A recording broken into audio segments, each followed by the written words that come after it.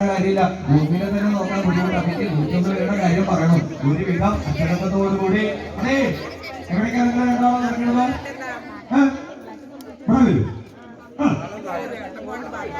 ആരാ അവിടെ ശബ്ദം ഉണ്ടാക്കുന്നത്?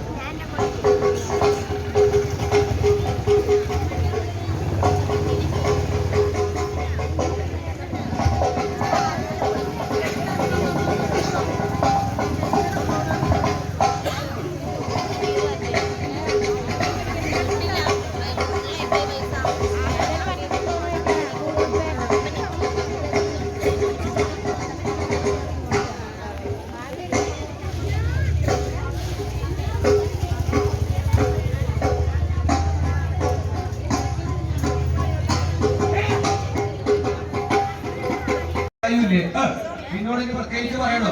നീ ഇവിടെ ശബ്ദം ഉണ്ടാക്കിയിട്ടുണ്ടെങ്കിൽ മനസ്സിലായോ? ഇന്ന് മുതല് നിങ്ങള് വേണ്ട കാര്യങ്ങള് പഠിക്കാൻ വേണ്ടിയിട്ടാണ്. മനസ്സിലായോ? ഇതുവരെയുള്ള പഠിത്തമല്ല ഇനി പഠിക്കാൻ പോണത്. ആയുധാഭ്യാസം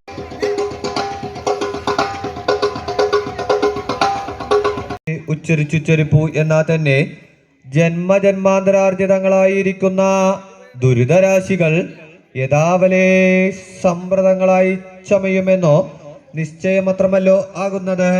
ആയതുകൂടാതെ കണ്ട് മറ്റസാരങ്ങളായി അനിത്യങ്ങളായി അല്പസുഖപ്രദങ്ങളായി അവസാന വിരസങ്ങളായി ദുഃഖമിശ്രിതങ്ങളായി ദുരിതോദർക്കങ്ങളായിരിക്കുന്ന സംസാരധാരതരംഗങ്ങളിൽ സാരബുദ്ധ്യ പരിഭ്രമിച്ച് വൃഥാ തന്നെ കാലക്ഷേപം ചെയ്തു പോകുകയല്ലോ ചെയ്യുന്നത്. അത് ഈ മനുഷ്യർക്കത്ര കഷ്ടം. മനുഷ്യജന്മം എന്ന മനുഷ്യജന്മത്തെ ദൈവഗത്യാ ലഭിച്ച സമയത്തിങ്കൽ വ്യർത്ഥമാക്കി കളയാതെ കണ്ട് ഒരവസരം വരുന്ന സമയത്തിങ്കൽ ഈശ്വരനെ സേവിച്ച് പാപനിവൃത്തി വരുത്തി പരമപുരുഷാർത്ഥമായിരിക്കുന്ന മോക്ഷത്തെ സാധിച്ചു കൊള്ളണം. ആയത് വേണം എല്ലാ ജനങ്ങളും എല്ലാ സമയത്തെങ്കിലും പ്രയത്നിച്ചു കൊള്ളുവാൻ. ആയതത്രേ ഇവിടെ ജന്മസാബല്യമാകുന്നത്. സാ വാസുദേവ വാപ്പായാൽ അവണ്ണമെല്ലാം ഇരിക്കുന്ന വാസുദേവൻ ഭഗവാന്മാരെ രക്ഷിക്കട്ടെ. ആയത് ഹേതുവായിട്ട് അവസ്ഥാഭേദം കൂടി കൽപ്പിച്ചിട്ടുണ്ടായിരുന്നുവെങ്കിൽ ഉപാസനയ്ക്ക് ശക്തിയേറാനായിരുന്നു.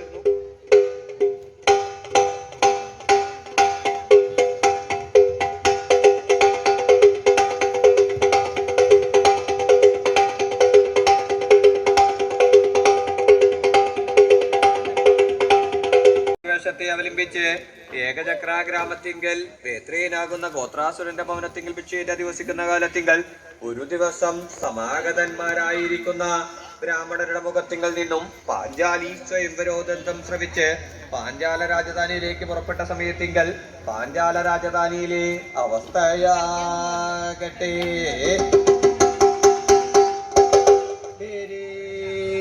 മദ്ദളകാഹളാദിനിനദക്വാഭിക്കുജിദ്യോഷിതാം ഗീതം ഗാഭിജ സംവിദല്ലരഭസ പോത്സാരണാദിസ്വനാ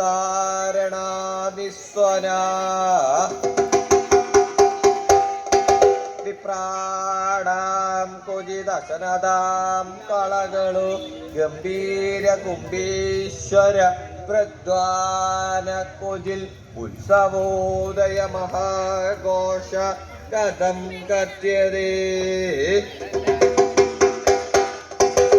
ഉത്സവോദയ മഹാഘോഷ കഥം കഥ്യതേ. ഉത്സവത്തിന്റെ ആഘോഷത്തിന്റെ ആരംഭത്തെ കുറിച്ച് ഞാൻ എങ്ങനെയാ കഥിക്കേണ്ടത്?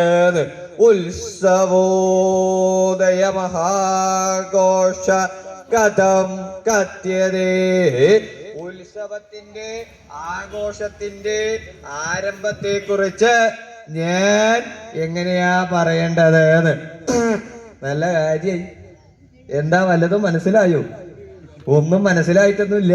ചാടി കേറി ഇരിക്കണ ഇരിപ്പൊക്കെ കണ്ടു കഴിഞ്ഞാൽ ഒക്കെ നിശ്ചയമുള്ള കൂട്ടത്തിലാ. ഒന്നും നിശ്ചയില്ല. എന്താ ഈ ഉത്സവം എന്നൊക്കെ പറഞ്ഞു കഴിഞ്ഞാൽ മനസ്സിലാവൂ? വിളിച്ചു ചോദിച്ചിട്ടൊന്നും കാര്യമില്ല. ഇതൊക്കെ മനസ്സിലാക്കേണ്ട കാര്യ. അവിടെ ഇരിക്കാം. ഇതെവിടേക്ക് എണീറ്റ് പോണത്?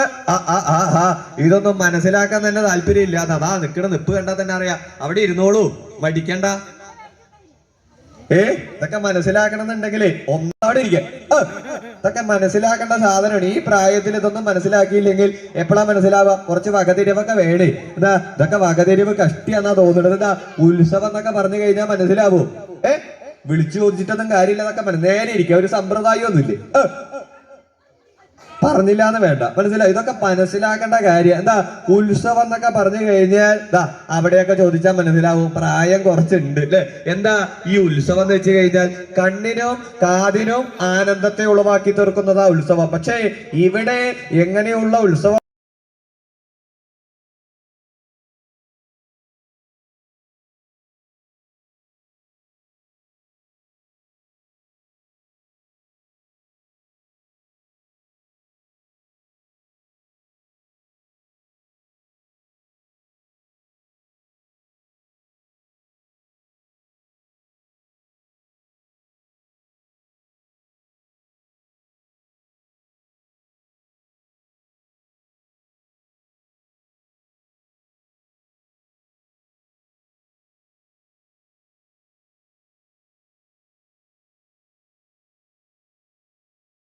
അങ്ങോട്ട് മടങ്ങി.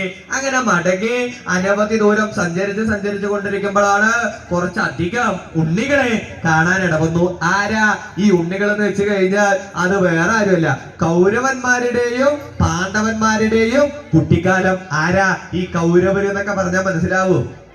കേട്ടിട്ടുണ്ടോ കൗരവര്? ഒരുത്തി. അവളാള് നിസാരക്കാരിയല്ല, ദുശ്ശള, ദുർമുഖൻ, ദുശാസനൻ.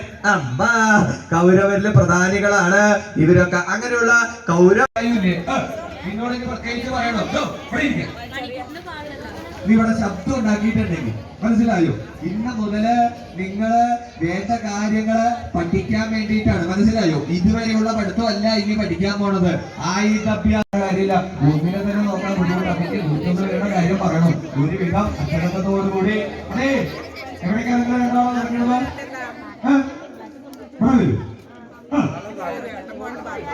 ആരാ അവിടെ ശബ്ദം ഉണ്ടാക്കണത്? ആദ്യം പ്രാഥമിക വിദ്യാഭ്യാസം എന്നൊക്കെ പറയും. പ്രാഥമികമായിട്ടുള്ള കാര്യങ്ങള് ആര് പറഞ്ഞു കൊടുത്തു? ദ്രോണര് പറഞ്ഞു കൊടുത്തു. പ്രാഥമികം കഴിഞ്ഞപ്പോഴോ പൊതുവായിട്ടുള്ള കാര്യങ്ങൾ പറഞ്ഞു കൊടുത്തു.